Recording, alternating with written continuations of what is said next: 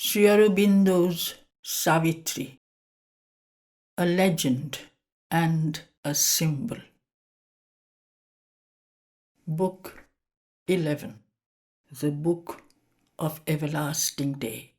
Canto 1, The Eternal Day, the Soul's Choice, and the Supreme Consummation.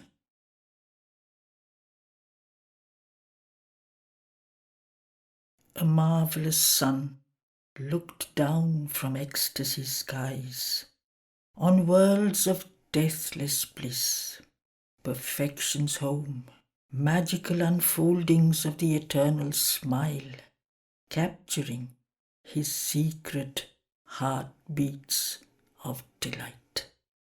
God's everlasting day surrounded her. Domains appeared of sempiternal light, invading all nature with the Absolute's joy. Her body quivered with eternity's touch. Her soul stood close to the founts of the infinite. Infinity's finite fronts she lived in, new forever to an ever-living sight.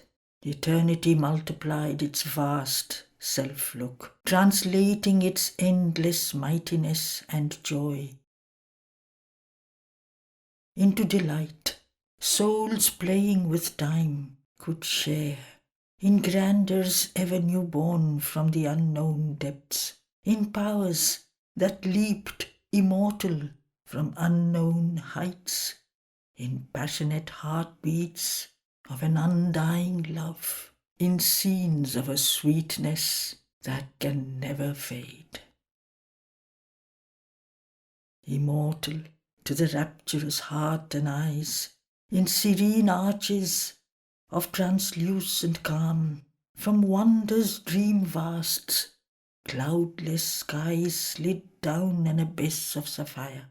Sunlight visited eyes which suffered without pain the absolute ray, and saw immortal clarities of form. Twilight and mist were exiles from that air. Night was impossible to such radiant heavens. Firm in the bosom of immensity, spiritual breaths were seen, sublimely born from a still beauty of creative joy. Embodied thoughts to sweet dimensions held, to please some carelessness of divine peace, answered the deep demand of an infinite sense and its need of forms to house its bodiless thrill. A march of universal powers in time, the harmonic order of self's vastitudes, in cyclic symmetries and metric planes, harboured a cosmic rapture's revelry, an endless figuring of the spirit in things, planned by the artist who has dreamed the worlds.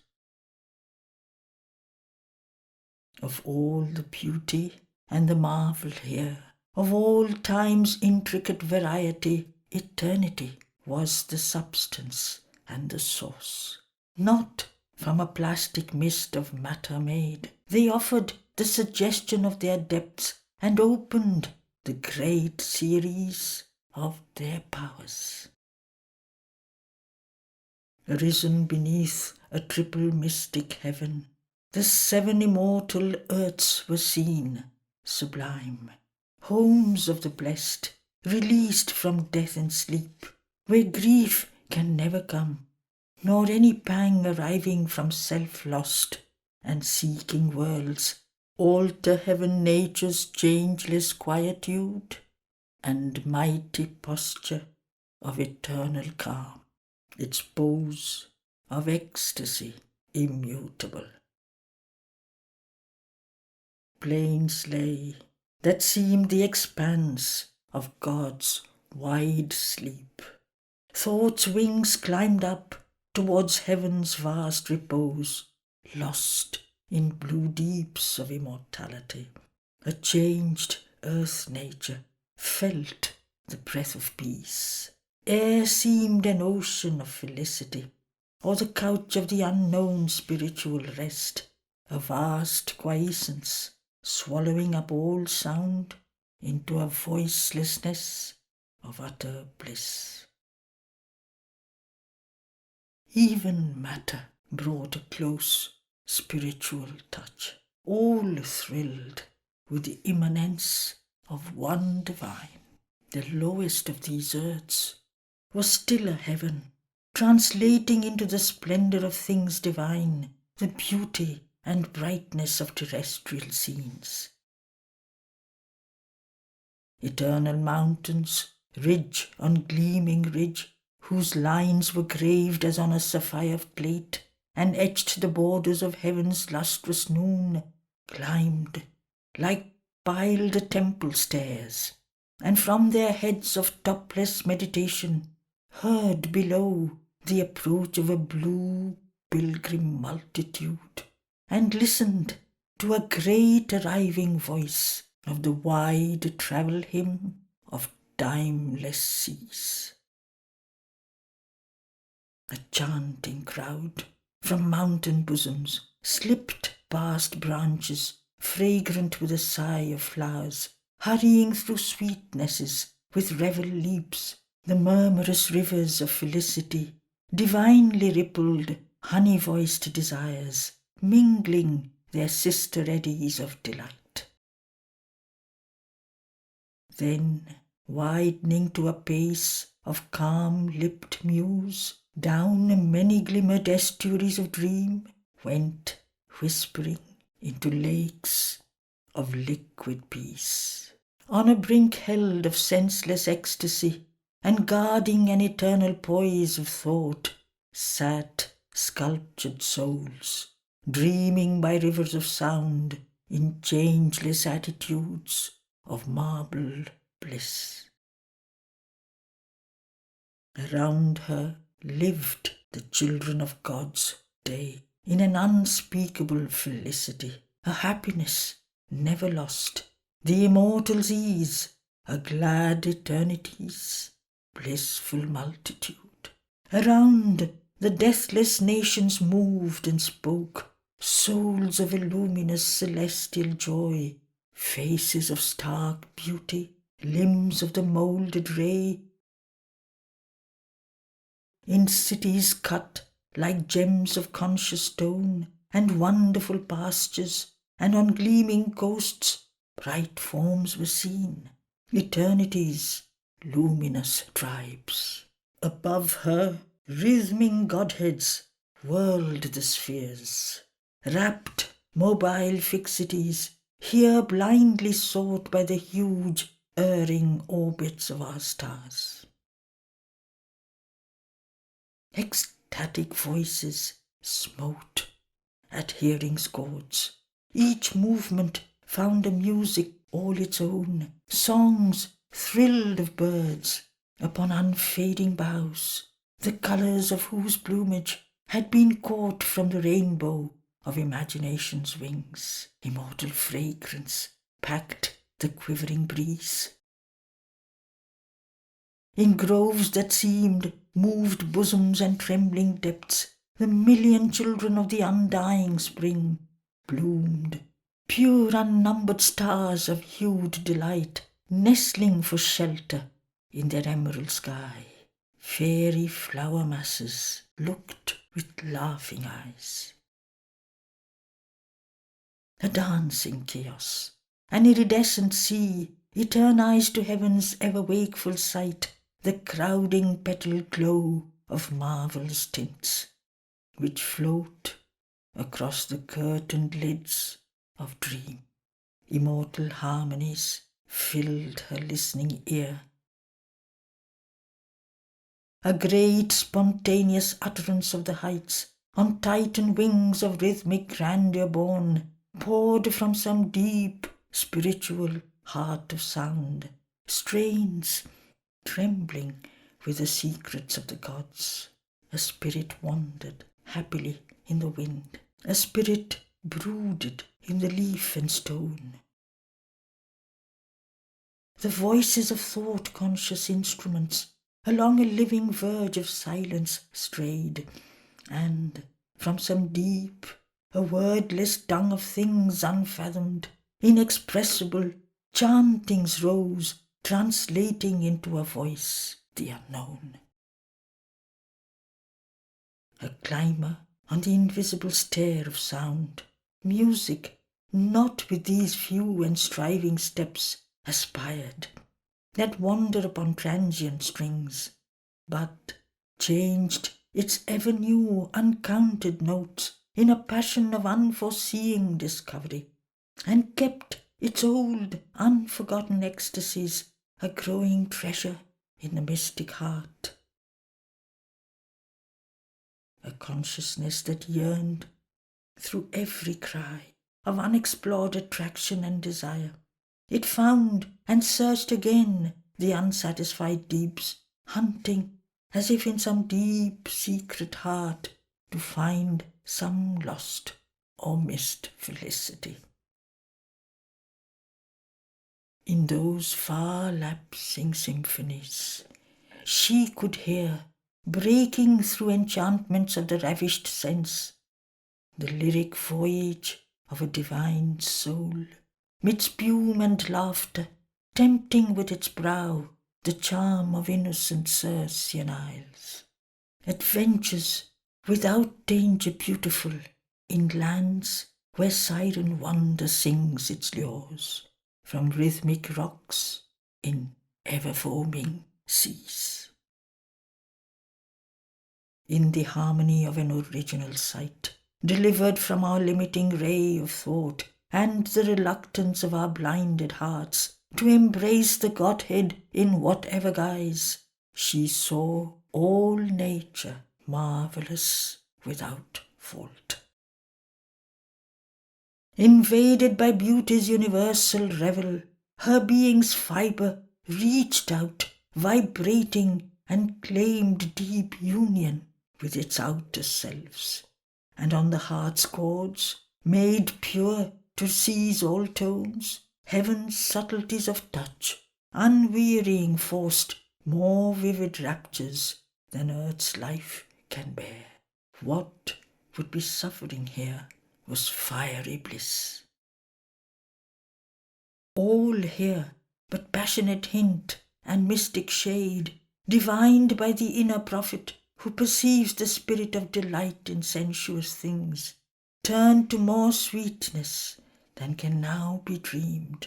The mighty signs of which earth fears the stress, trembling because she cannot understand,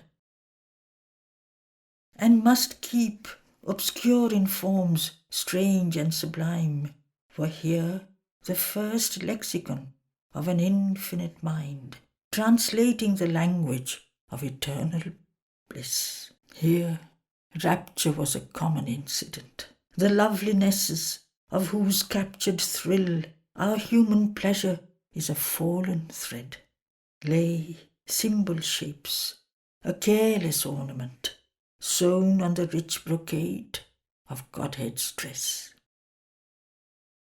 Things fashioned were the imaged homes where mind arrived to fathom a deep physical joy. The heart was a torch lit from infinity. The limbs were trembling densities of soul. These were the first domains, the outer courts, immense, but least in range and least in price, the slightest ecstasies of the undying gods. Higher her swing of vision swept, and new, admitted through large sapphire opening gates into the wideness of a light beyond. These were but sumptuous decorated doors to worlds nobler, more felicitously fair. Endless aspired the climbing of those heavens. Realm upon realm received her soaring view. Then, on what seemed one crown of the ascent, where finite and the infinite are one, immune she beheld the strong immortal seats, who live for a celestial joy and rule the middle regions of the unfading ray. Great forms of deities sat in deathless tires. Eyes of an unborn gaze towards her leaned through a transparency of crystal fire. In the beauty of bodies wrought from rapture's lines, shapes of entrancing sweetness, spilling bliss, feet glimmering upon the sunstone courts of mind, heaven's cup-bearers bore round the Eternal's wine. A tangle of bright bodies, of moved souls, tracing the close and intertwined delight, the harmonious thread of lives forever joined in the passionate oneness of a mystic joy, as if sunbeams made living and divine, the golden-bosomed Apsara goddesses, in groves flooded from an argent disk of bliss, that floated through a luminous sapphire dream. In a cloud of raiment, lit with golden limbs, and gleaming footfalls, treading fairy swords, virgin motions of bacchant innocences, who know their riot for a dance of God, whirled, linked in moonlit revels of the heart. Impeccable artists of unerring forms, magician builders of sound and rhythmic words, wind-haired Gandharvas, chanted to the ear the odes that shape the universal thought, the lines that tear the veil from deity's face, the rhythms that bring the sounds of wisdom's sea. Immortal figures and illumined brows, our great forefathers in those splendours moved. Termless in power and satisfied of light, they enjoyed the sense of all for which we strive. High seers, moved poets, saw the eternal thoughts that travellers from on high arrived to us, deformed by our search, tricked by costuming mind. Like gods disfigured by the pangs of birth, seized the great words which now are frail sounds caught by difficult rapture on a mortal tongue. The strong, who stumble and sin, were calm, proud gods. There, lightning filled with glory and with flame, melting in waves of sympathy and sight, smitten like a lyre that throbs to others' bliss. Drawn by the chords of ecstasies unknown, her human nature, faint with heaven's delight, she beheld the clasp to earth denied, and bore the imperishable eyes of veilless love. More climbed above, level to level reached, beyond what tongue can utter or mind dream. Worlds of an infinite reach crowned nature's stir. There was a greater tranquil sweetness there, a subtler and profounder ether's field, and mightier scheme than heavenliest sense can give. There, breath carried a stream of seeing mind. Form was a tenuous raiment of the soul. Colour was a visible tone of ecstasy. Shapes seen half immaterial by the gaze, and yet voluptuously palpable, made sensible to touch, the indwelling spirit. The high perfected sense, illumined lived, a happy vassal of the inner ray. Each feeling was the Eternal's mighty child, and every thought was a sweet, burning God. Air was a luminous feeling, sound a voice, sunlight the soul's vision, and moonlight its dream. On a wide living base of wordless calm, all was a potent and a lucid joy. Into those heights her spirit went floating up, like an upsoaring bird who mounts unseen, voicing to the ascent his throbbing heart of melody, till a pause of closing wings comes quivering in his last contented cry, and he is silent, with his soul discharged, delivered of his heart's burden of delight. Experience mounted on joy's coloured breast to inaccessible spheres in spiral flight. There time dwelt with eternity as one. Immense felicity joined rapt repose.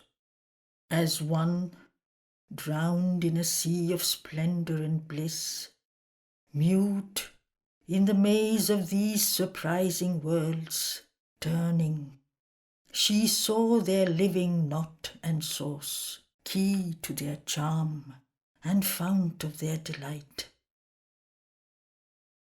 and knew him for the same who snares our lives, captured in his terrifying pitiless net, and makes the universe his prison camp, and makes, in his immense and vacant vasts, the labour of the stars a circuit vain, and death the end of every human road, and grief and pain the wages of man's toil.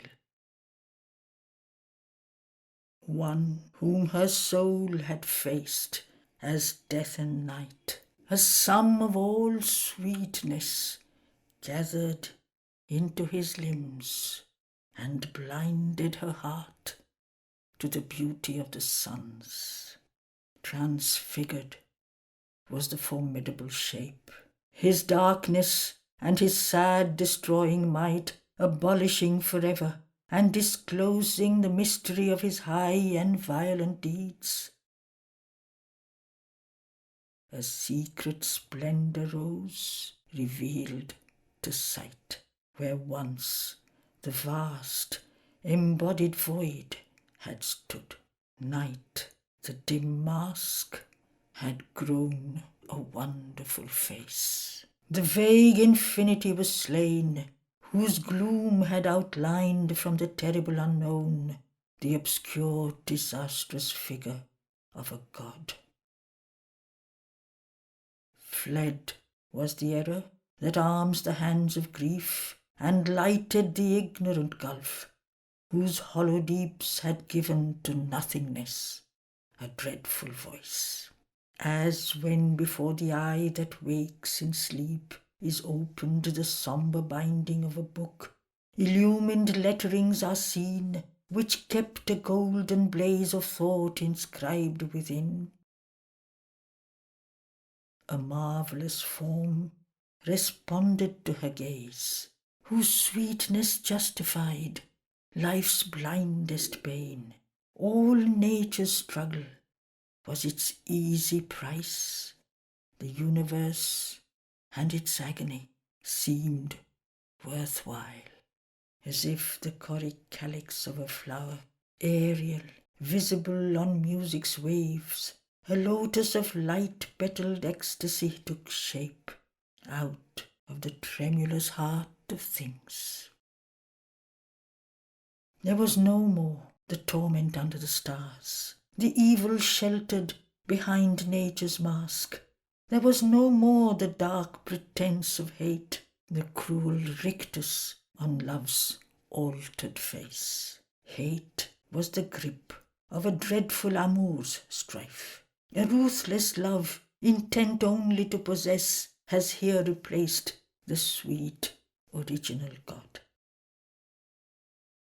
Forgetting the will to love that gave it birth, the passion to lock itself in and to unite, it would swallow all into one lonely self, devouring the soul that it had made its own, by suffering and annihilation's pain, punishing the unwillingness to be one, angry with the refusals of the world, passionate to take, but knowing not how to give. Death's sombre cowl was cast from nature's brow. There lightened on her the Godhead's lurking laugh. All grace and glory and all divinity were here collected in a single form. All worshipped eyes looked through his from one face. He bore all Godheads in his grandiose limbs. An oceanic spirit dwelt within, intolerant and invincible in joy, a flood of freedom and transcendent bliss into immortal lines of beauty rose. In him the fourfold being bore its crown, that wears the mystery of a nameless name. The universe writing its tremendous sense in the inexhaustible meaning of a word. In him, the architect of the visible world, at once the art and artist of his works, spirit and seer and thinker of things seen, Virat, who lights his campfires in the suns, and the star-entangled ether is his hold, expressed himself with matter for his speech. Objects are his letters, forces are his words, events are the crowded history of his life, and sea and land are the pages for his tale. Matter is his means and his spiritual sign. He hangs the thought upon a lash's lift, in the current of the blood makes flow the soul. His is the dumb will of atom and of clod, a will that without sense or motive acts, an intelligence needing not to think or plan. The world creates itself invincibly, for its body is the body of the Lord, and in its heart stands Virat, King of Kings. In him shadows his form, the golden child, who in the sun-capped vast cradles his birth. Hiranyagarbha, author of thoughts and dreams, who sees the invisible and hears the sounds that never visited a mortal ear, discoverer of unthought realities, truer to truth than all we have ever known. He is the leader on the inner roads.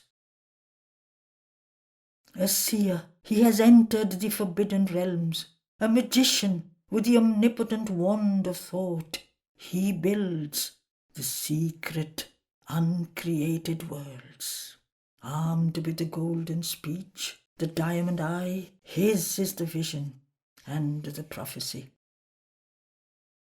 Imagist, casting the formless into shape, traveller and hewer of the unseen parts, he is the carrier of the hidden fire. He is the voice of the ineffable. He is the invisible hunter of the light, the angel of mysterious ecstasies, the conqueror of the kingdoms of the soul.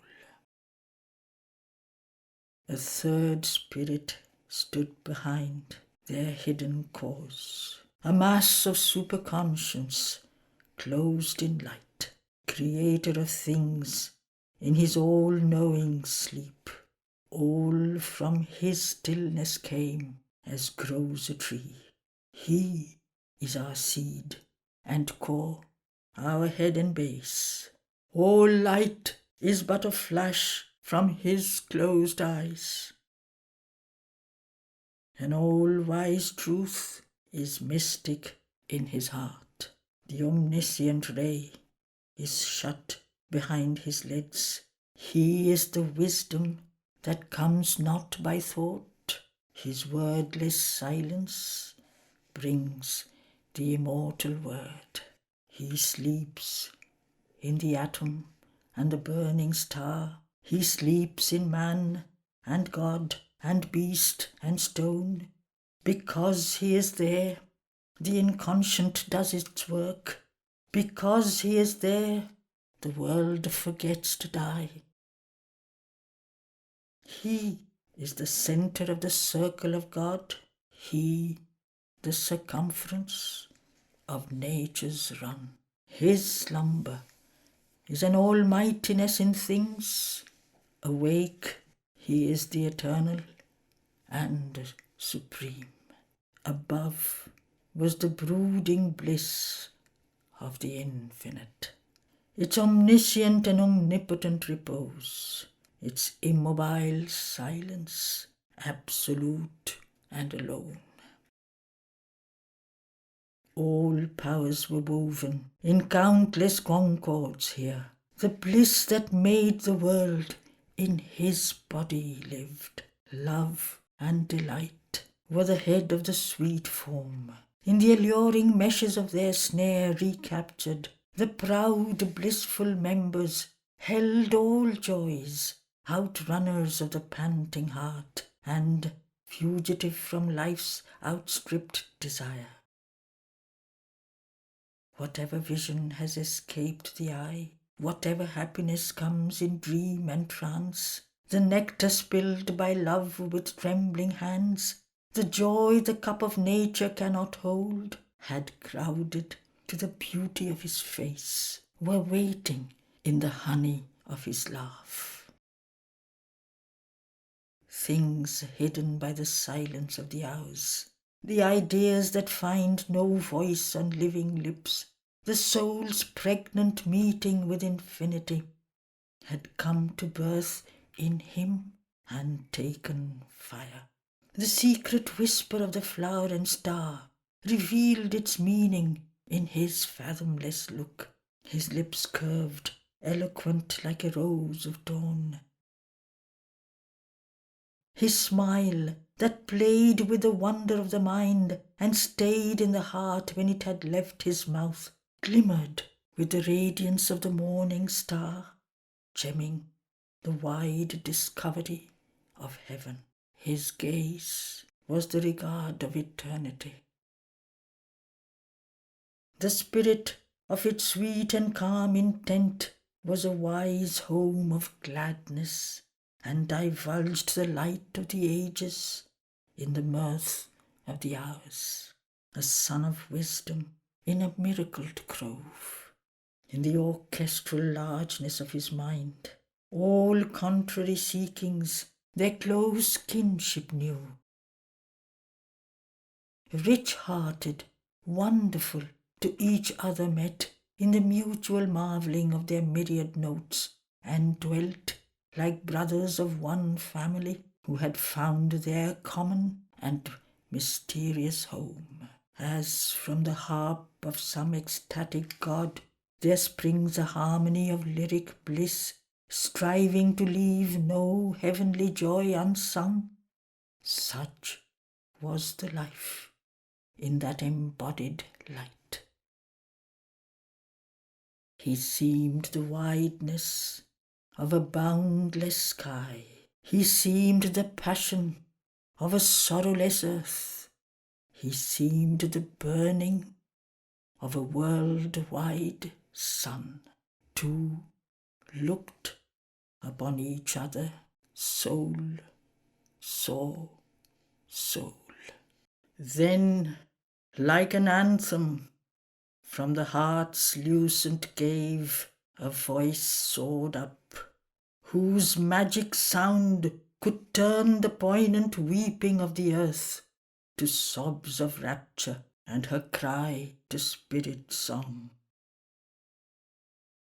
O human image of the deathless word, how hast thou seen, beyond the topaz walls, the gleaming sisters of the divine gate, summoned the genii of their wakeful sleep, and under revelation's arches forced the carved, thought-shrouded doors to swing apart,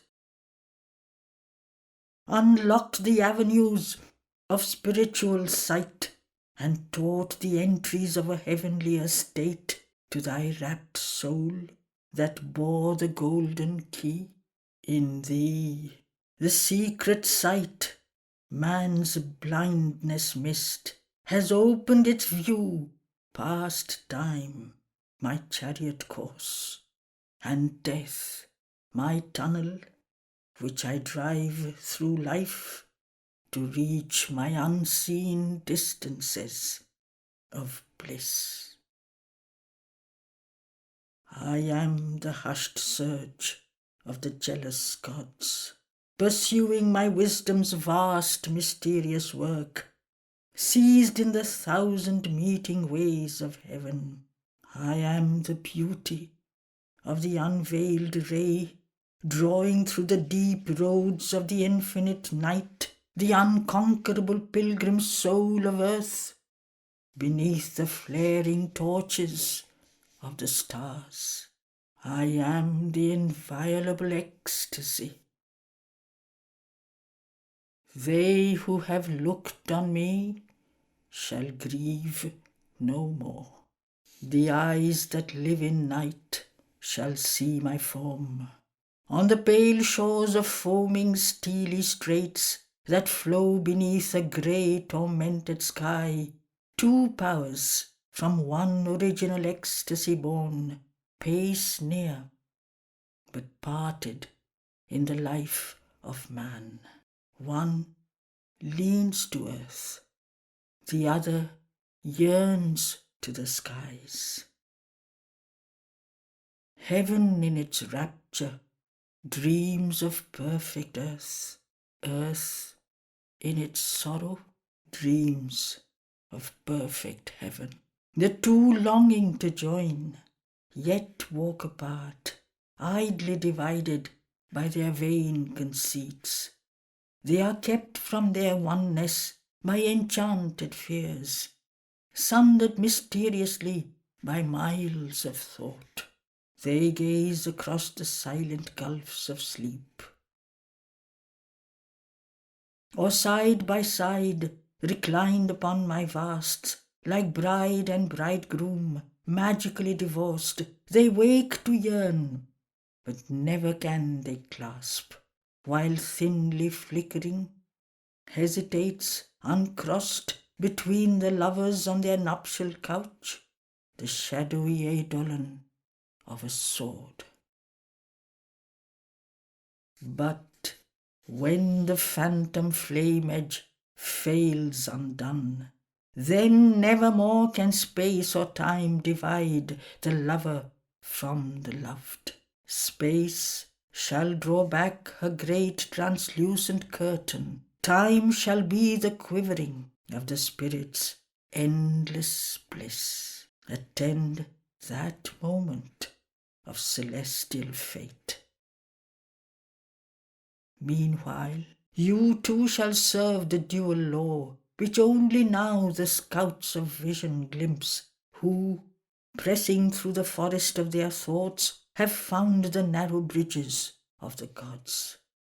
Wait, patient of the brittle bars of form, making division your delightful means of happy oneness, rapturously enhanced by attraction in the throbbing air between. Yet, if thou wouldst abandon the vexed world, careless of the dark moan of things below, tread down the isthmus, overleap the flood, cancel thy contract with the labouring force, renounce the tie that joins thee to earth-kind. Cast off thy sympathy with mortal hearts, arise, vindicate thy spirit's conquered right. Relinquishing thy charge of transient breath, under the cold gaze of the indifferent stars, leaving thy borrowed body on the sod, ascend, O soul, into thy blissful home. Here, in the playground of the eternal child, or in domains the wise immortals tread, Roam with thy comrade splendour under skies spiritual, lit by an unsetting sun. As Godheads live who care not for the world and share not in the toil of nature's powers. Absorbed in their self-ecstasy they dwell, cast off the ambiguous myth of earth's desire. O immortal, to felicity arise. On Savitri, listening in her tranquil heart to the harmony of the ensnaring voice, a joy exceeding earths and heavens poured down, the bliss of an unknown eternity, a rapture from some waiting infinite. A smile came, rippling out in her wide eyes, its confident felicity's messenger, as if the first beam of the morning sun rippled along two wakened lotus pools. O besetter of man's soul with life and death, and the world's pleasure and pain, and day and night, tempting his heart with the far lure of heaven, testing his strength with the close touch of hell, I climb not to thy everlasting day, even as I have shunned thy eternal night. To me who turn not from thy terrestrial way, give back the other self, my nature asks. Thy spaces need him not to help their joy. Earth needs his beautiful spirit, made by thee to fling delight down like a net of gold. Earth is the chosen place of mightiest souls. Earth is the heroic spirit's battlefield, the forge where the archmason shapes his works. Thy servitudes on earth are greater, King, than all the glorious liberties of heaven. The heavens were once to me my natural home. I too have wandered in star-jewelled groves, paced sun-gold pastures and moon-silver swards, and heard the harping laughter of their streams, and lingered under branches dropping myrrh. I too have revelled in the fields of light, touched by the ethereal raiment of the winds. I wander rounds of music I have trod, lived in the rhyme of bright, unlabouring thoughts. I have beat swift harmonies of rapture vast, danced in spontaneous measures of the soul, the great and easy dances of the gods. O fragrant are the lanes thy children walk, and lovely is the memory of their feet amid the wonder flowers of paradise. A heavier tread is mine, a mightier touch. There, where the gods and demons battle in night, or wrestle on the borders of the sun, taught by the sweetness and the pain of life to bear the uneven strenuous beat that throbs against the edge of some divinest hope, to dare the impossible with these pangs of search. In me the spirit of immortal love stretches its arms out to embrace mankind. Too far thy heavens for me from suffering men.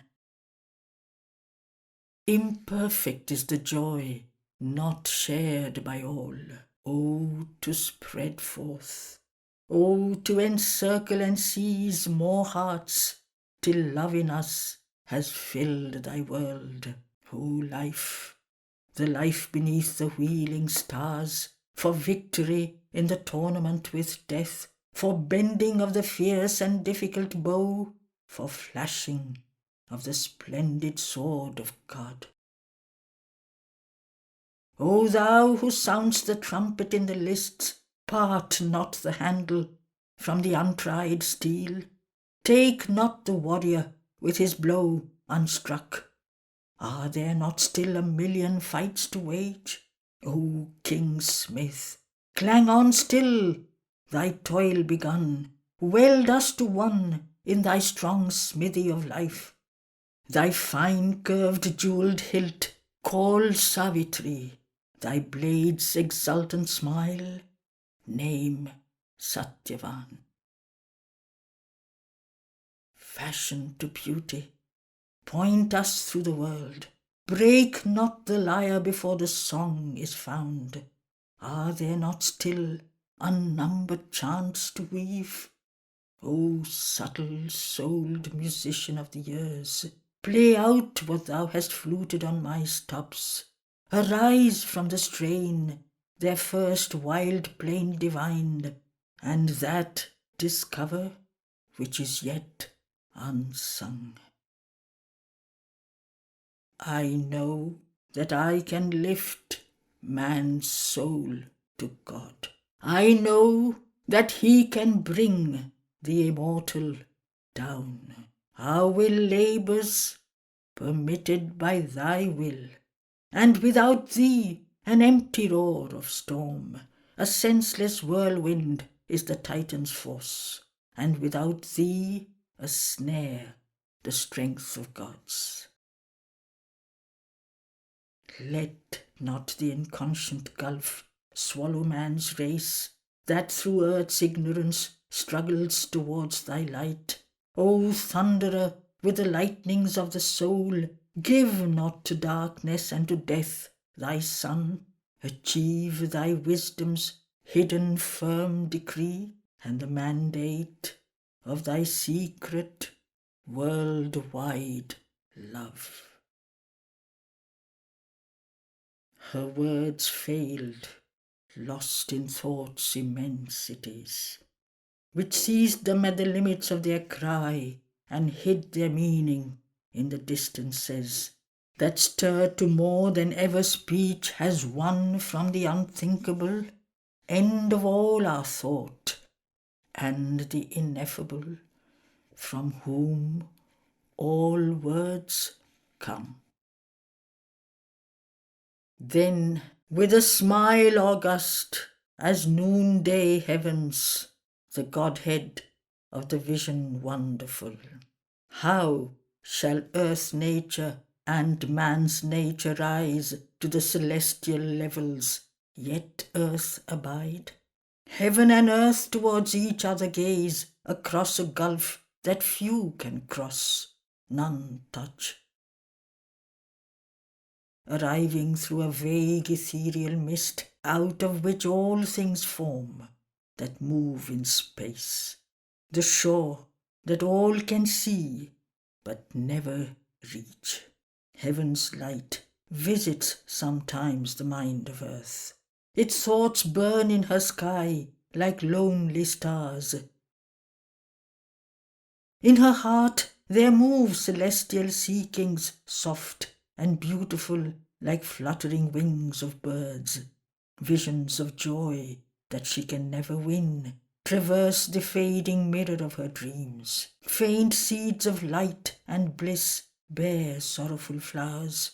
Faint harmonies caught from a half-heard song fall swooning mid the wandering voices' jar.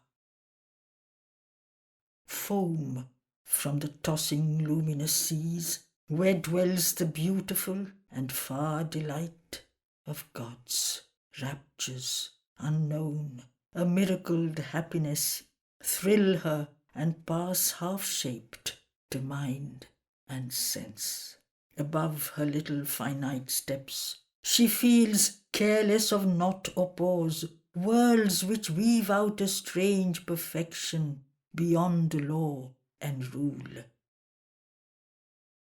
A universe of self-found felicity, an inexpressible rhythm of timeless beats, the many movemented heartbeats of the one. Magic of the boundless harmonies of self, order of the freedom of the infinite, the wonder plastics of the absolute. There is the all truth, and there the timeless bliss. But hers are fragments of a star-lost gleam. Hers are but careless visits of the gods.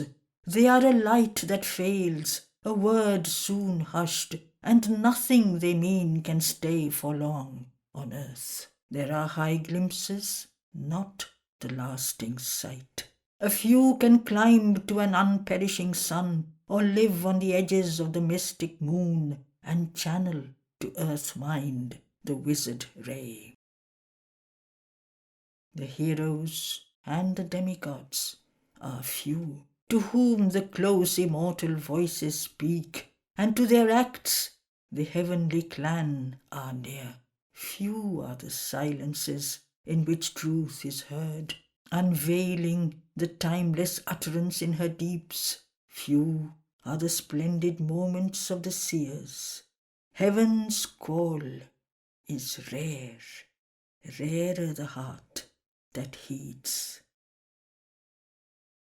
The doors of light are sealed to common mind, and earth's needs nail to earth the human mass.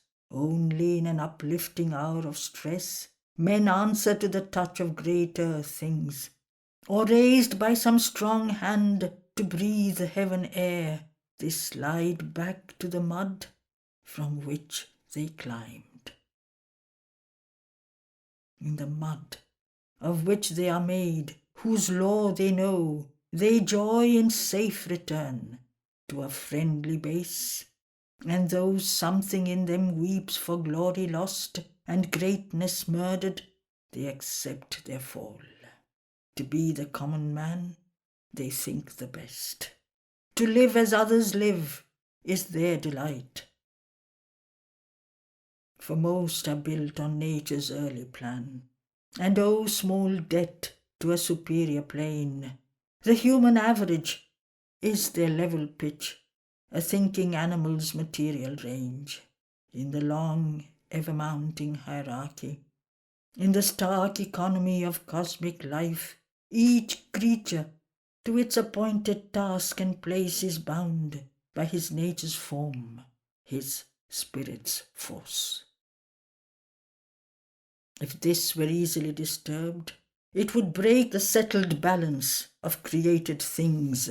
The perpetual order of the universe would tremble, and a gap yawn in woven fate. If men were not, and all were brilliant gods,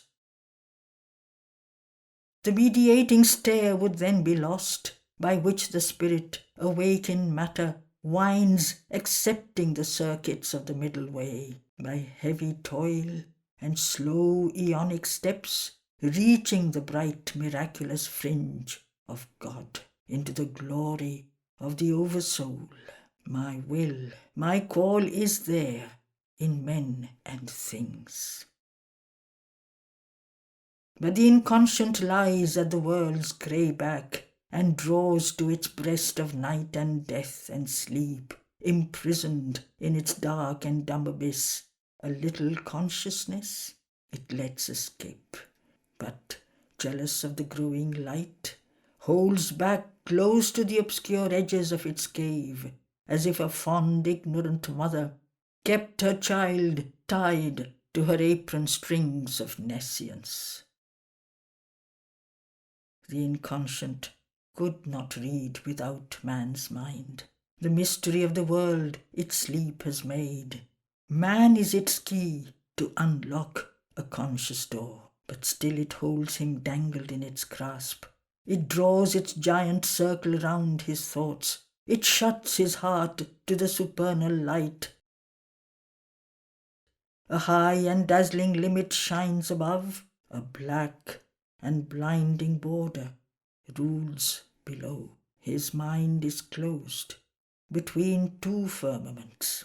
He seeks through words and images the truth, and poring on surfaces and brute outsides, or dipping cautious feet in shallow seas, even his knowledge is an ignorance. He is barred out from his own inner depths. He cannot look on the face of the unknown. How shall he see with the omniscience eyes? How shall he will with the omnipotence force? O too compassionate and eager dawn, leave to the circling aeon's tardy pace, and to the working of the inconscient will, leave to its imperfect light the earthly race. All shall be done by the long act of time. Although the race is bound by its own kind, the soul in man is greater than his fate.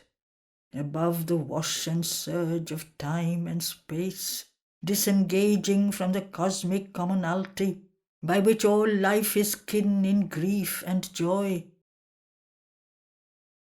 delivered from the universal law, the sun-like, single and transcendent spirit can blaze its way through the mind's barrier wall and burn alone in the eternal sky, inhabitant of a wide and endless calm. O flame, withdraw into thy luminous self, or else return to thy original might on a seer summit above thought and world. Partner of my unhourred eternity, be one with the infinity of my power, for thou art the world mother and the bride. Out of the fruitless yearning of earth's life, out of her feeble, unconvincing dream, recovering wings that cross infinity, pass back into the power from which thou camest. To that thou canst uplift thy formless flight. Thy heart can rise from its unsatisfied beats and feel the immortal and spiritual joy of a soul that never lost felicity. Lift up the fallen heart of love which flutters. Cast down desire's abyss into the gulfs. Forever rescued out of nature's shapes, discover what the aimless cycles want.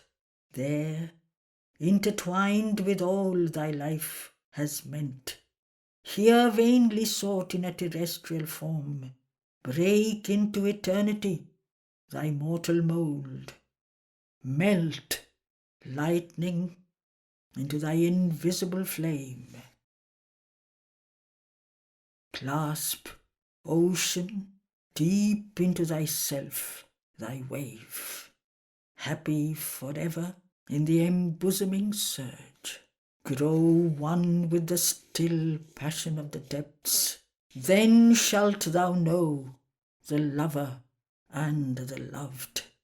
Leaving the limits dividing him and thee, receive him into boundless Savitri, lose thyself into infinite Satyavan. O miracle, where thou beganst, there cease. But Savitri answered to the radiant God, in vain thou tempt'st with solitary bliss two spirits saved out of a suffering world, my soul and his, indissolubly linked in the one task for which our lives were born, to raise the world to God in deathless light, to bring God down to the world. On earth we came to change the earthly life to life divine. I keep my will to save the world and man. Even the charm of thy alluring voice, O blissful Godhead, cannot seize and snare.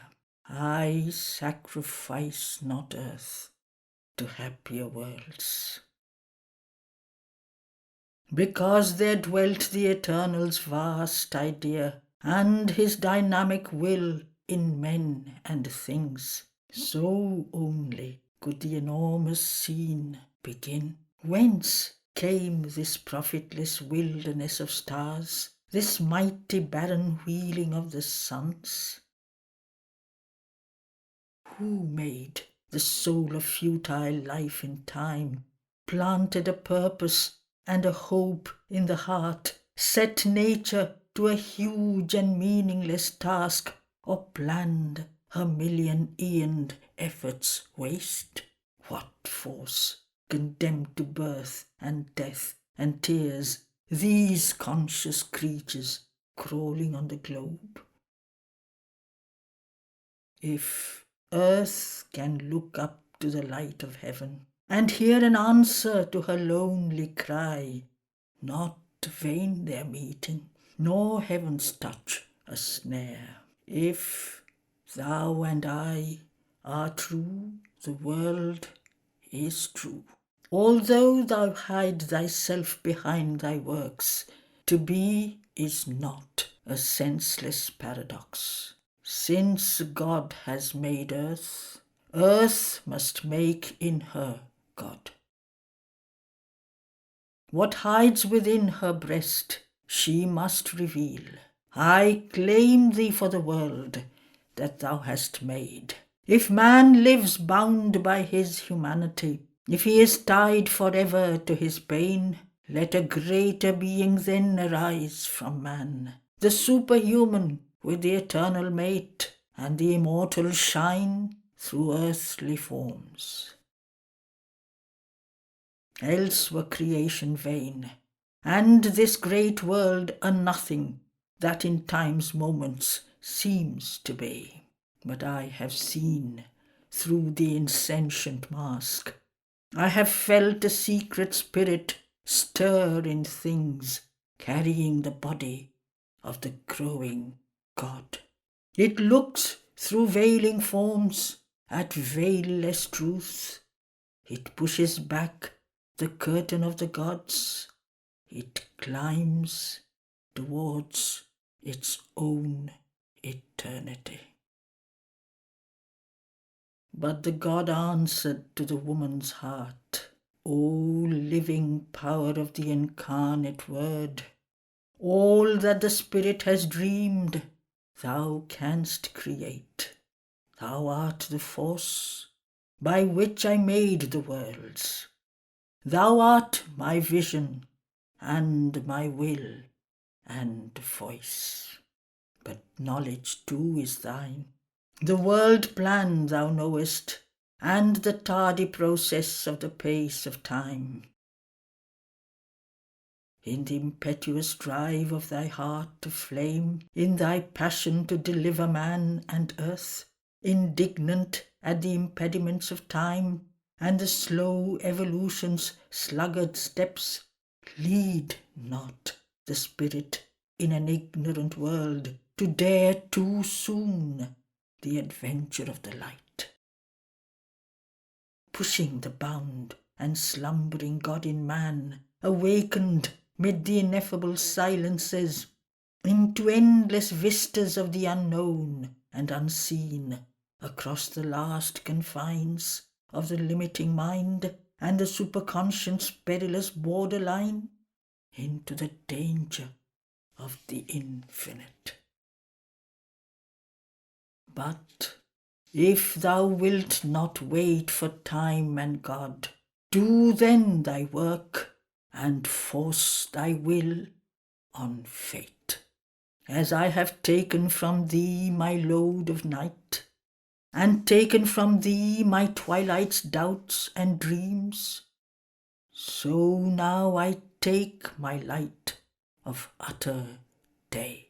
These are my symbol kingdoms, but not here can the great choice be made that fixes fate or uttered the sanction of the voice supreme.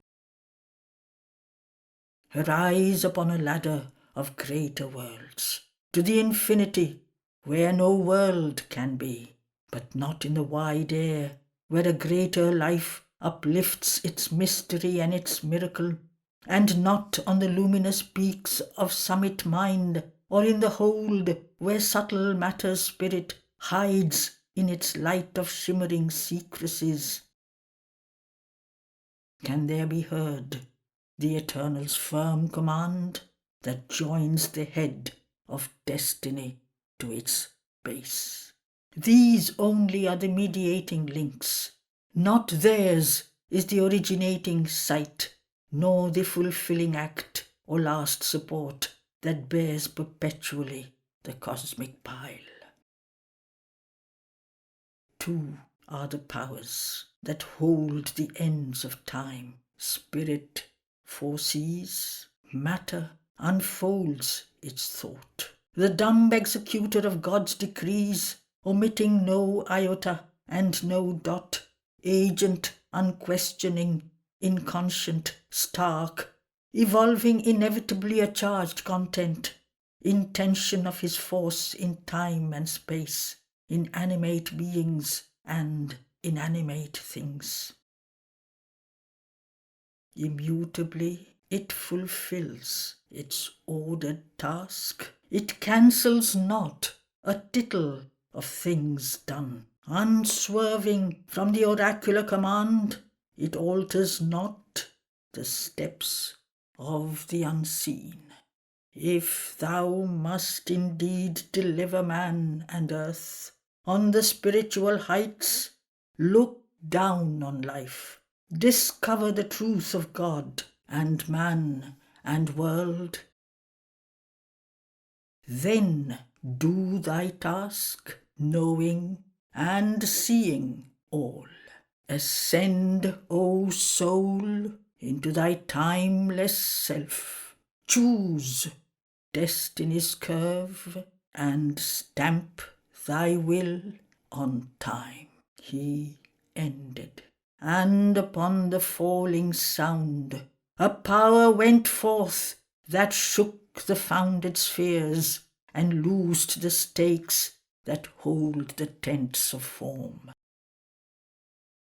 Absolved from vision's grip and the folds of thought, wrapped from her sense like disappearing scenes in the stupendous theatre of space, the heaven worlds vanished in spiritual light. A movement was abroad, a cry, a word, beginningless in its vast discovery, momentless in its unthinkable return. Quiet in calm seas, she heard the eternal thought, rhythming itself abroad unutterably, in spaceless orbits and on timeless roads. In an ineffable world, she lived fulfilled, an energy of the triune infinite. In a measureless reality she dwelt, a rapture and a being and a force, a linked and myriad-motioned plenitude, a virgin unity, a luminous spouse, housing a multitudinous embrace, to marry all in God's immense delight, bearing the eternity of every spirit, bearing the burden of universal love, a wonderful mother of unnumbered souls. All things she knew, all things imagined or willed, her ear was opened to ideal sound. Shape, the convention, bound no more her sight. 1,000 doors of oneness was her heart, a crypt and sanctuary of brooding light appeared, the last recess of things beyond. Then in its rounds the enormous fiat paused. Silence gave back to the unknowable all it had given. Still was her listening thought. The form of things had ceased within her soul. Invisible that perfect Godhead now. Around her some tremendous spirit lived, mysterious flame around a melting pearl, and in the phantom of abolished space there was a voice, unheard by ears, that cried, "Choose, Spirit, thy supreme choice, not given again. For now, from my highest being, looks at thee the nameless, formless peace, where all things rest. In a happy, vast, sublime cessation, no, an immense extinction in eternity, a point that disappears in the infinite, felicity of the extinguished flame, last sinking of a wave in a boundless sea, end of the trouble of thy wandering thoughts, close of the journeying of thy pilgrim soul. Accept, O music, weariness of thy notes, O stream, wide breaking of thy channel banks. The moments fell into eternity, but someone yearned within a bosom unknown, and silently the woman's heart replied, "Thy peace, O Lord, a boon within, to keep amid the roar and ruin of wild time, for the magnificent soul of man on earth. Thy calm, O Lord, that bears thy hands of joy, limitless like ocean, round a lonely isle, a second time the eternal cry arose. Wide open are the ineffable gates in front.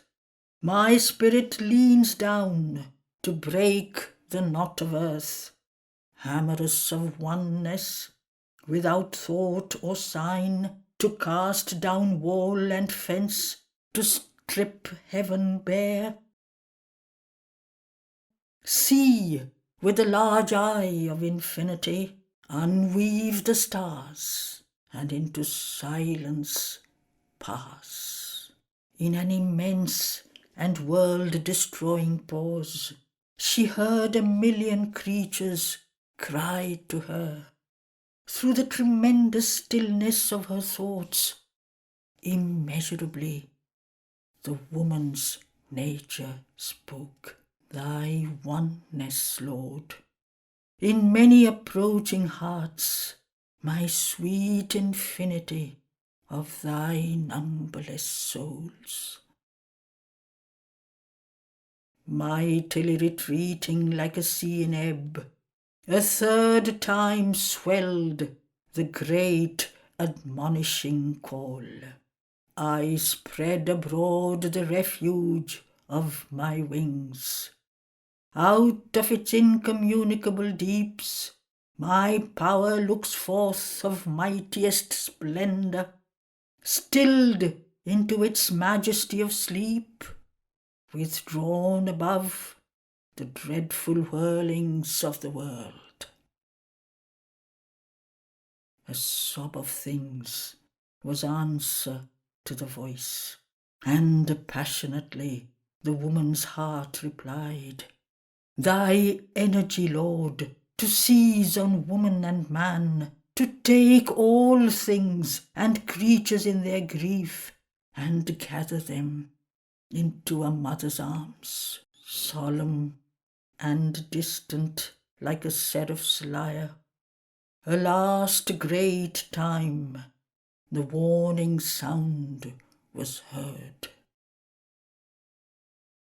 I open the wide eye of solitude to uncover the voiceless rapture of my bliss, where in a pure and exquisite hush it lies, motionless in its slumber of ecstasy, resting from the sweet madness of the dance, out of whose beat the throb of hearts was born.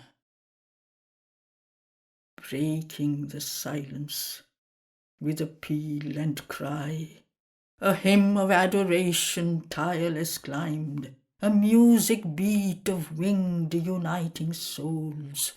Then all the woman yearningly replied, thy embrace, which rends the living not of pain, thy joy, O Lord, in which all creatures breathe, thy magic flowing waters of deep love, thy sweetness give to me for earth and men. Then, after silence, a still blissful cry began, such as arose from the infinite, when the first whisperings of a strange delight imagined in its deep the joy to seek, the passion to discover and to touch, the enamoured laugh which rhymed the chanting worlds. O beautiful body of the incarnate Word, thy thoughts are mine. I have spoken with thy voice. My will is thine. What thou hast chosen, I choose. All thou hast asked, I give to earth and men. All shall be written out in destiny's book by my trustee of thought and plan and act, the executor of my will, eternal time. But since thou hast refused my nameless calm, and turned from my termless peace, in which is expunged the visage of space, and the shape of time is lost, and from happy extinction of thy separate self, in my uncompanioned lone eternity, for not for thee, the nameless worldless naught, annihilation of thy living soul, and the end of thought and hope and life and love in the blank, measureless, unknowable, I lay my hands upon thy soul of flame. I lay my hands upon thy heart of love. I yoke thee to my power of work in time. Because thou hast obeyed my timeless will, because thou hast chosen to share earth's struggle and fate, and leaned in pity over earth-bound men, and turned aside to help, and yearned to save, I bind by thy heart's passion thy heart to mine, and lay my splendid yoke upon thy soul. Now will I do in thee my marvellous works. I will fasten thy nature with my cords of strength, subdue to my delight thy spirit's limbs, and make thee a vivid knot of all my bliss, and build in thee my proud and crystal home. Thy days shall be my shafts of power and light, thy nights my starry mysteries of joy, and all my clouds lie tangled in thy hair, and all my springtides marry in thy mouth. O sunward, thou shalt raise the earth's soul to light, and bring down God into the lives of men. Earth shall be my work-chamber, and my house, my garden of life, to plant a seed divine. When all thy work in human time is done, the mind of earth shall be a home of light, the life of earth, a tree growing towards heaven, the body of earth, a tabernacle of God. Awakened from the mortal's ignorance, men shall be lit with the Eternal's ray, and the glory of my sun lift in their thoughts, and feel in their hearts the sweetness of my love, and in their acts my power's miraculous drive. My will shall be the meaning of their days, living for me, by me, in me they shall live. In the heart of my creation's mystery, I will enact the drama of thy soul, inscribe the long romance of thee and me. I will pursue thee across the centuries. Thou shalt be hunted through the world by love, naked of ignorance protecting veil, and without covert from my radiant gods. No shape shall screen thee from my divine desire.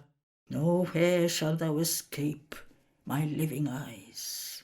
In the nudity of thy discovered self, in a bare identity with all that is, disrobed of thy covering of humanity, divested of the dense veil of human thought,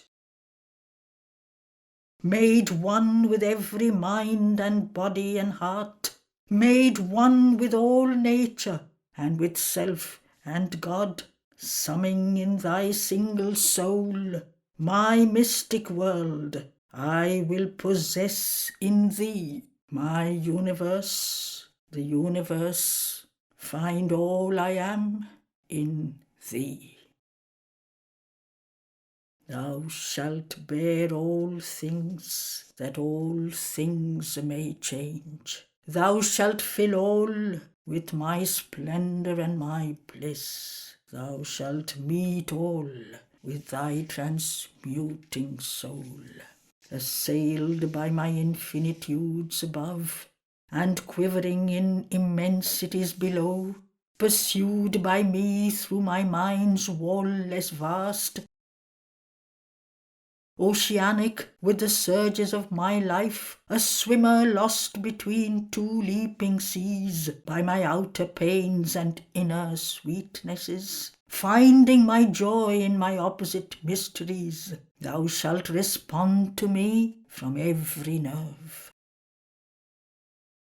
A vision shall compel thy coursing breath, thy heart shall drive thee on the wheel of works, thy mind shall urge thee through the flames of thought, to meet me in the abyss and on the heights, to feel me in the tempest and the calm, and love me in the noble and the vile, in beautiful things and terrible desire.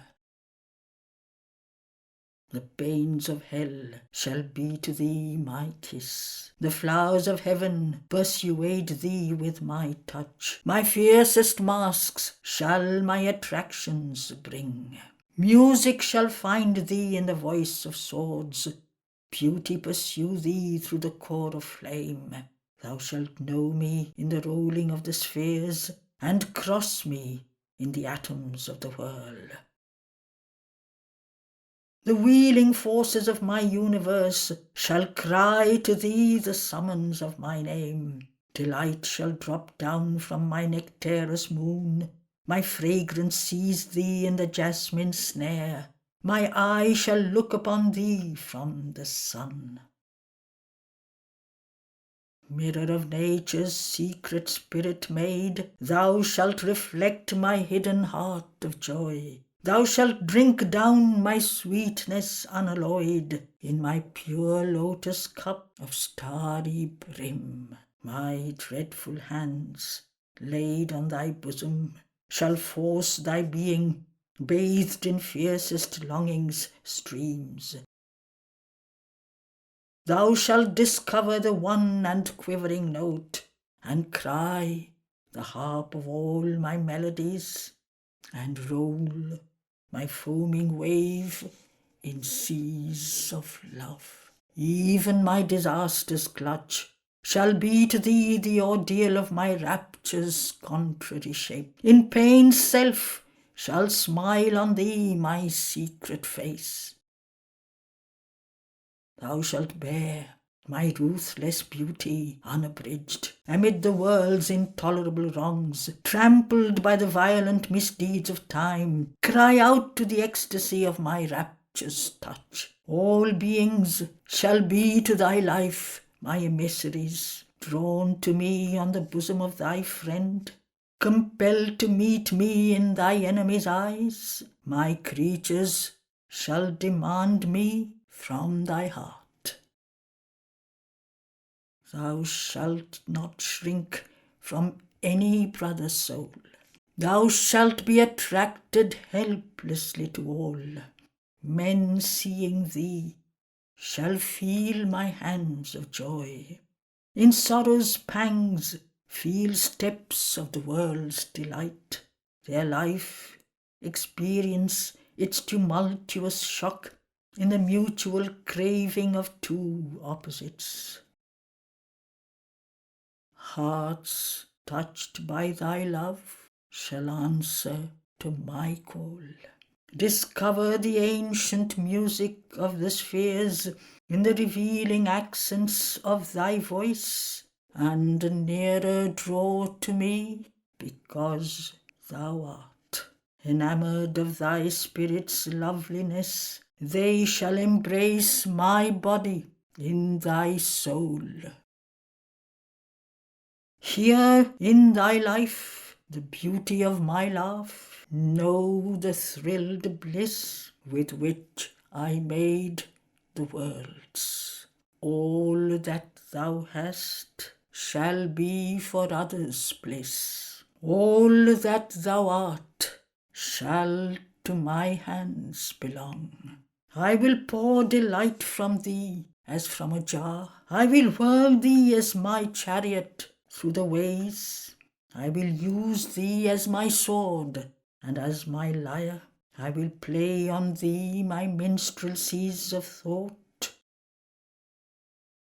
And when thou art vibrant with all ecstasy, and when thou liv'st one spirit with all things, then will I spare thee not my living fires, but make thee a channel for my timeless force. My hidden presence led thee unknowing on, from thy beginning in earth's voiceless bosom, through life and pain and time and will and death, through outer shocks and inner silences, along the mystic roads of space and time, to the experience which all nature hides. Who hunts and seizes me, my captive grows. This shalt thou henceforth learn from thy heartbeats. Forever love, O beautiful slave of God, O lasso of my rapture's widening noose, become my cord of universal love. The spirit ensnared by thee, forced to delight of creation's oneness, sweet and fathomless, compelled to embrace my myriad unities and all my endless forms and divine souls. O mind, grow full of the eternal peace. O word, cry out to the immortal litany. Built is the golden tower, the flame child born. Descend to life, with him thy heart desires.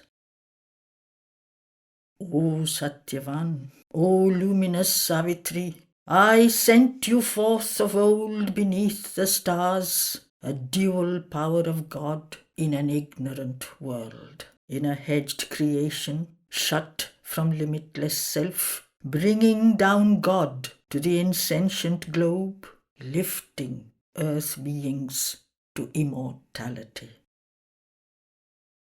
In the world of my knowledge and my ignorance, where God is unseen and only is heard a name, and knowledge is trapped in the boundaries of mind, and life is hauled in the dragnet of desire, and matter hides the soul from its own sight, you are my force at work to uplift earth's fate.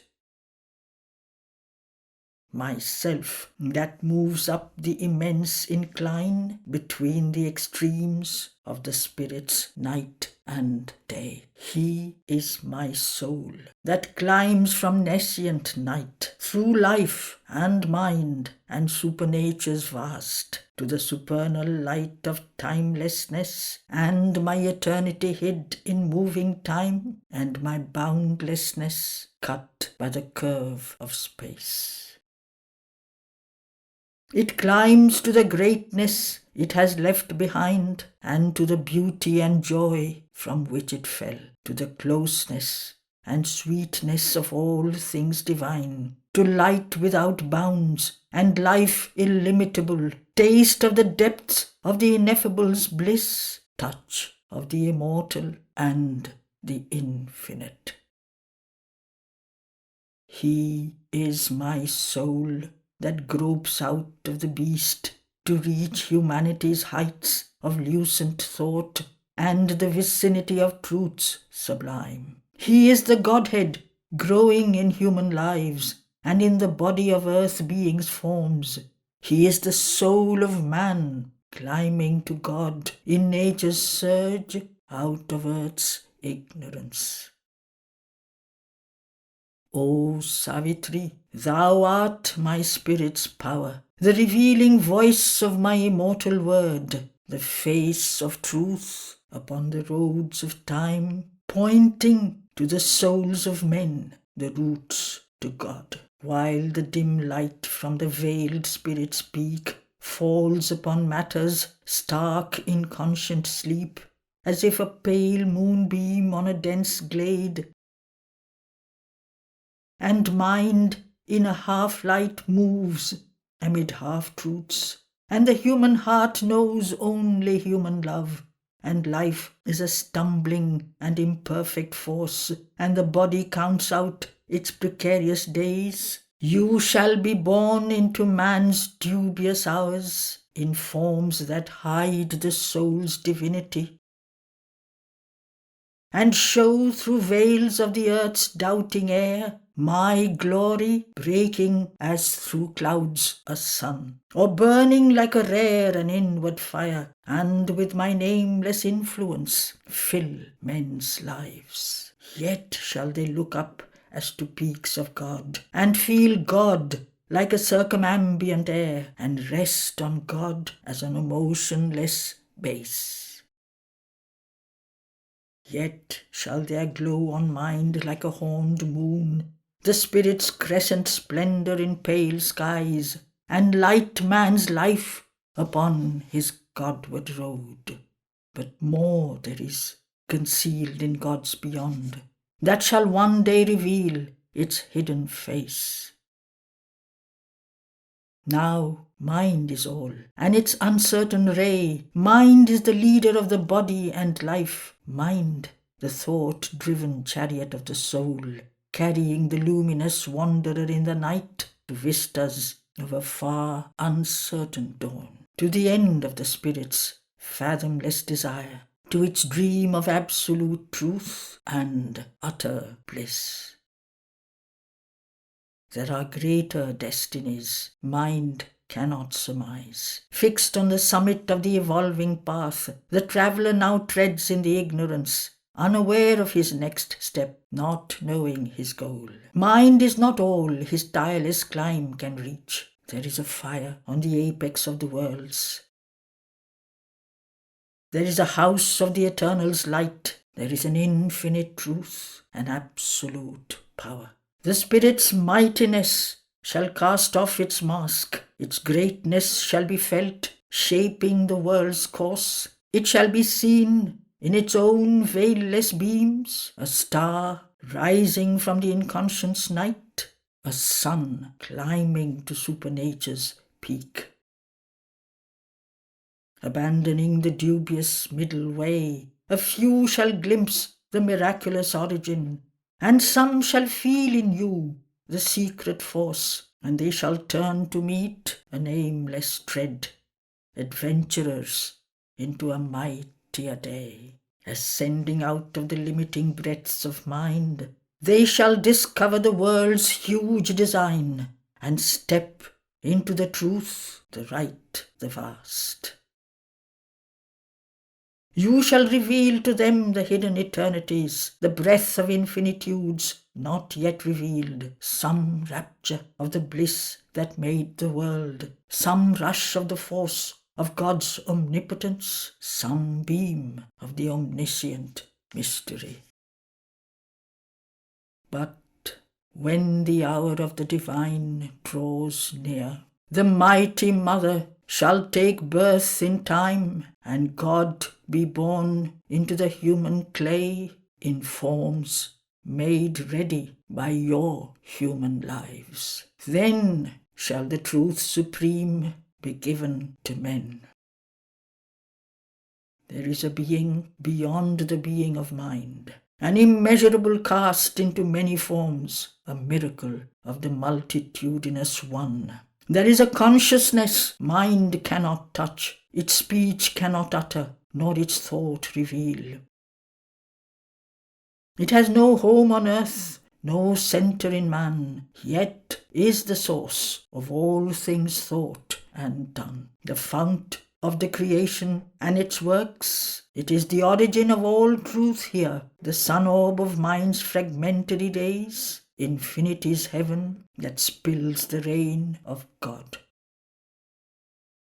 The immense that calls to man to expand the spirit, the wide aim that justifies his narrow attempts, a channel for the little he tastes of bliss. Some shall be made the glory's receptacles, and vehicles of the Eternal's luminous power.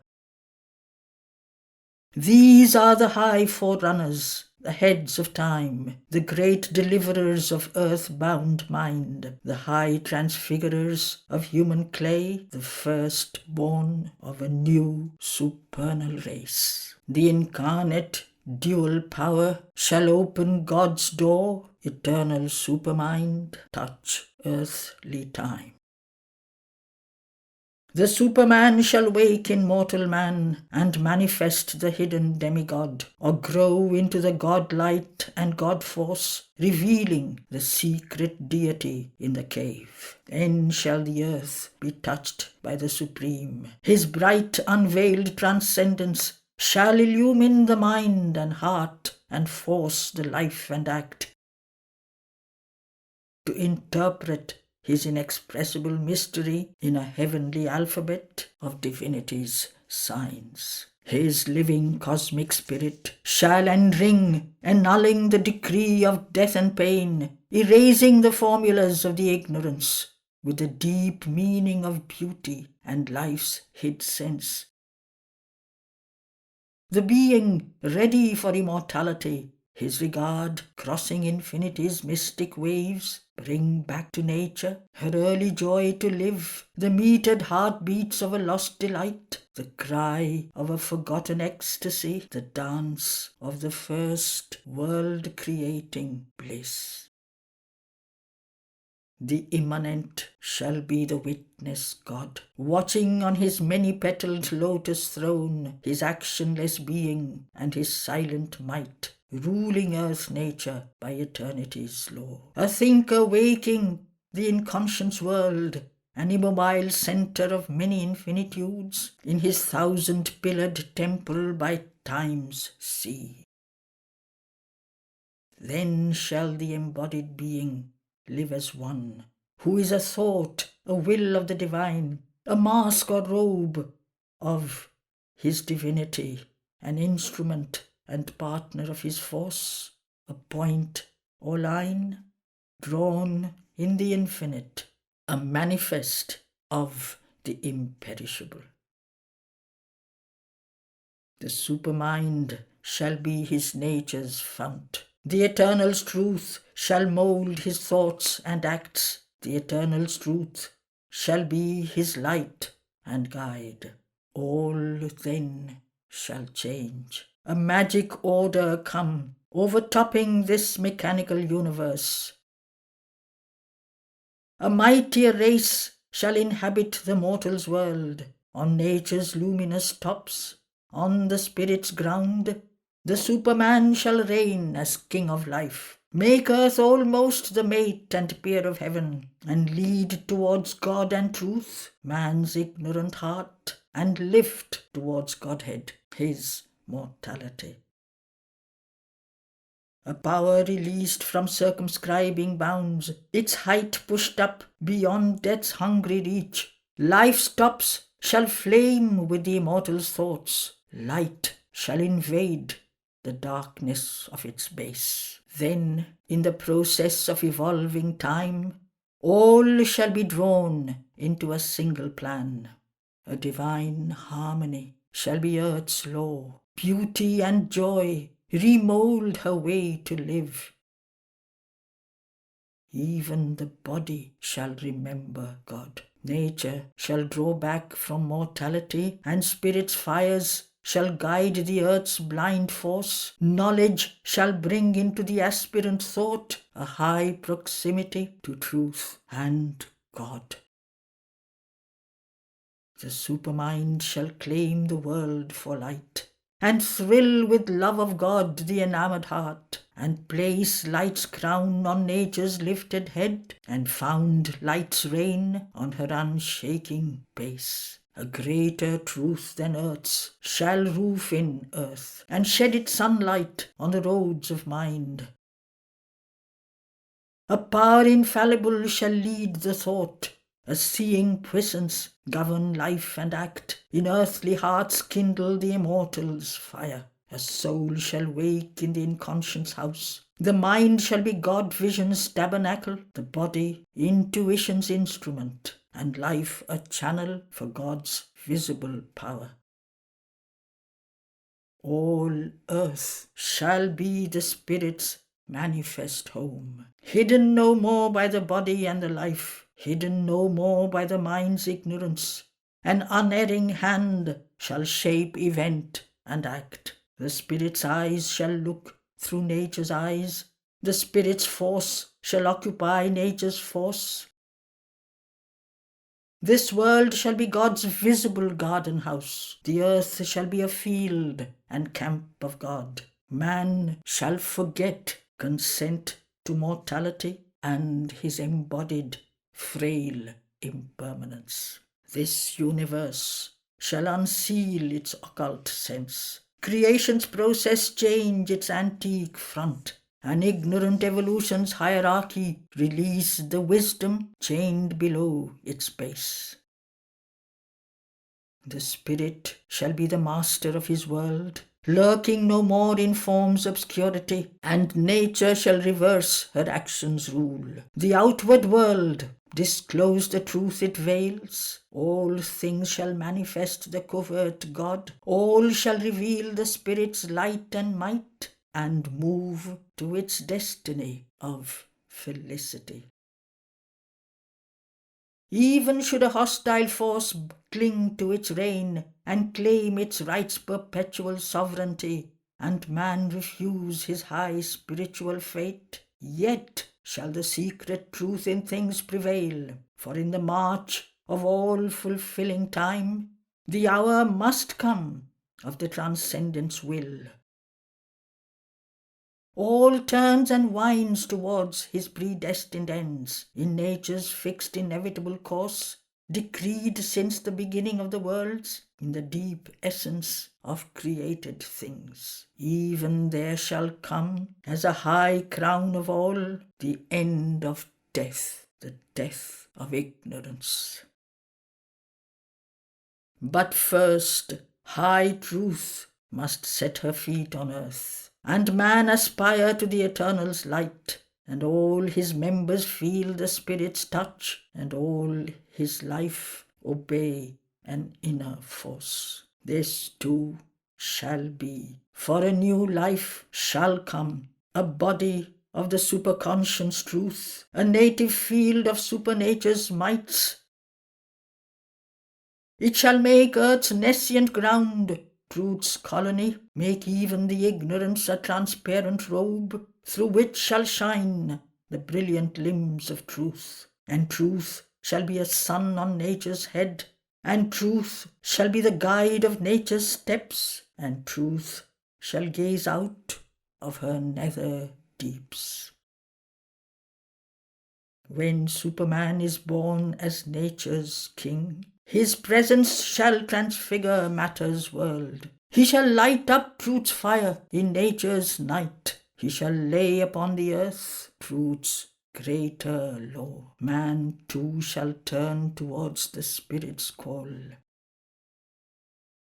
Awake to his hidden possibility, awake to all that slept within his heart, and all that nature meant when earth was formed, and the Spirit made this ignorant world his home. He shall aspire to truth and God and bliss. Interpreter of a diviner law and instrument of a supreme design, the higher kind shall lean to lift up man. Man shall desire to climb to his own heights. The truth above shall wake a nether truth. Even the dumb earth become a sentient force. The Spirit's tops and nature's base shall draw near to the secret of their separate truth and know each other as one deity. The Spirit shall look out through matter's gaze, and matter shall reveal the Spirit's face. Then man and Superman shall be at one, and all the earth become a single life.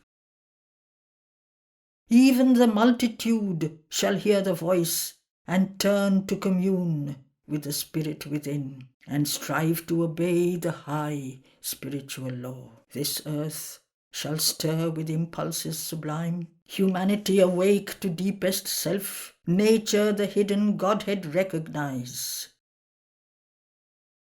Even the many shall some answer make, and bear the splendour of the divine's rush, and his impetuous knock at unseen doors. A heavenlier passion shall upheave men's lives, their mind shall share in the ineffable gleam, their heart shall feel the ecstasy and the fire. Earth's bodies shall be conscious of a soul, mortality's bond-slaves shall unloose their bonds. Mere men into spiritual beings grow, and see awake the dumb divinity. Intuitive beams shall touch the nature's peaks, a revelation stir the nature's depths. The truth shall be the leader of their lives. Truth shall dictate their thought and speech and act. They shall feel themselves lifted nearer to the sky, as if a little lower than the gods. For knowledge shall pour down in radiant streams, and even darkened mind quiver with new life, and kindle and burn with the ideal's fire, and turn to escape from mortal ignorance. The frontiers of the ignorance shall recede. More and more souls shall enter into light. Minds lit, inspired, the occult summoner hear, and lives blaze with a sudden inner flame, and hearts grow enamoured of divine delight, and human wills tune to the divine will. These separate selves the spirit's oneness feel. These senses of heavenly sense grow capable, the flesh and nerves of a strange ethereal joy, and mortal bodies of immortality. A divine force shall flow through tissue and cell, and take the charge of breath and speech and act, and all the thoughts shall be a glow of suns, and every feeling a celestial thrill. Often a lustrous inner dawn shall come, lighting the chambers of the slumbering mind. A sudden bliss shall run through every limb, and nature with a mightier presence fill. Thus shall the earth open to divinity, and common natures feel the wide uplift, illumine common acts with the Spirit's ray, and meet the deity in common things. Nature shall live to manifest secret God. The Spirit shall take up the human play, this earthly life become the life divine. The measure of that subtle music ceased.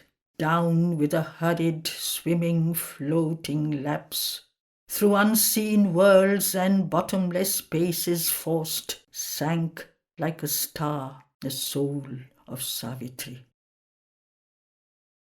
Amidst a laughter of unearthly lyres, she heard around her nameless voices cry triumphing, an innumerable sound. A choir of rushing winds to meet her came. She bore the burden of infinity and felt the stir of all ethereal space. Pursuing her in her fall, implacably sweet, a face was over her which seemed a youth's, symbol of all the beauty eyes see not, crowned as with peacock plumes of gorgeous hue, framing a sapphire whose heart-disturbing smile insatiably attracted to delight, voluptuous to the embraces of her soul. Changed in its shape, yet rapturously the same, it grew a woman's, dark and beautiful, like a mooned night, with drifting star-gemmed clouds, a shadowy glory and a stormy depth, turbulent in will and terrible in love. Eyes in which nature's blind ecstatic life sprang from some spirit's passionate content, missioned her to the whirling dance of earth. Amidst the headlong rapture of her fall, held like a bird in a child's satisfied hands, in an enamoured grasp, her spirit strove, admitting no release till time should end. And as the fruit of the mysterious joy, she kept within her strong embosoming soul, like a flower hidden in the heart of spring, the soul of Satyavan, drawn down by her inextricably in that mighty lapse. Invisible heavens in a thronging flight soared past her as she fell. Then all the blind and near attraction of the earth compelled fearful rapidities of downward bliss. Lost in the giddy proneness of that speed, whirled, sinking, overcome, she disappeared like a leaf spinning from the tree of heaven, in broad unconsciousness as in a pool. A hospitable softness drew her into a wonder of miraculous depths. Above her closed a darkness of great wings, and she was buried in a mother's breast. Then, from a timeless plain that watches time, a spirit gazed out upon destiny. In its endless moment, saw the ages pass. All still was in a silence of the gods.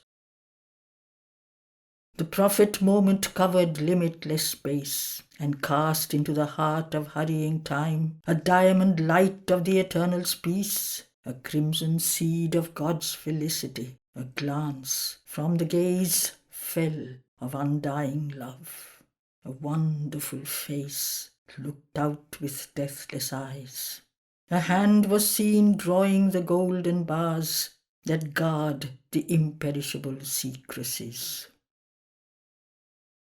A key turned in a mystic lock of time, but where the silence of the gods had passed, a greater harmony from the stillness born, surprised with joy and sweetness yearning hearts, an ecstasy and a laughter and a cry, a power leaned down, a happiness found its home, over wide earth brooded the infinite bliss. End of Canto 1. End of Book 11.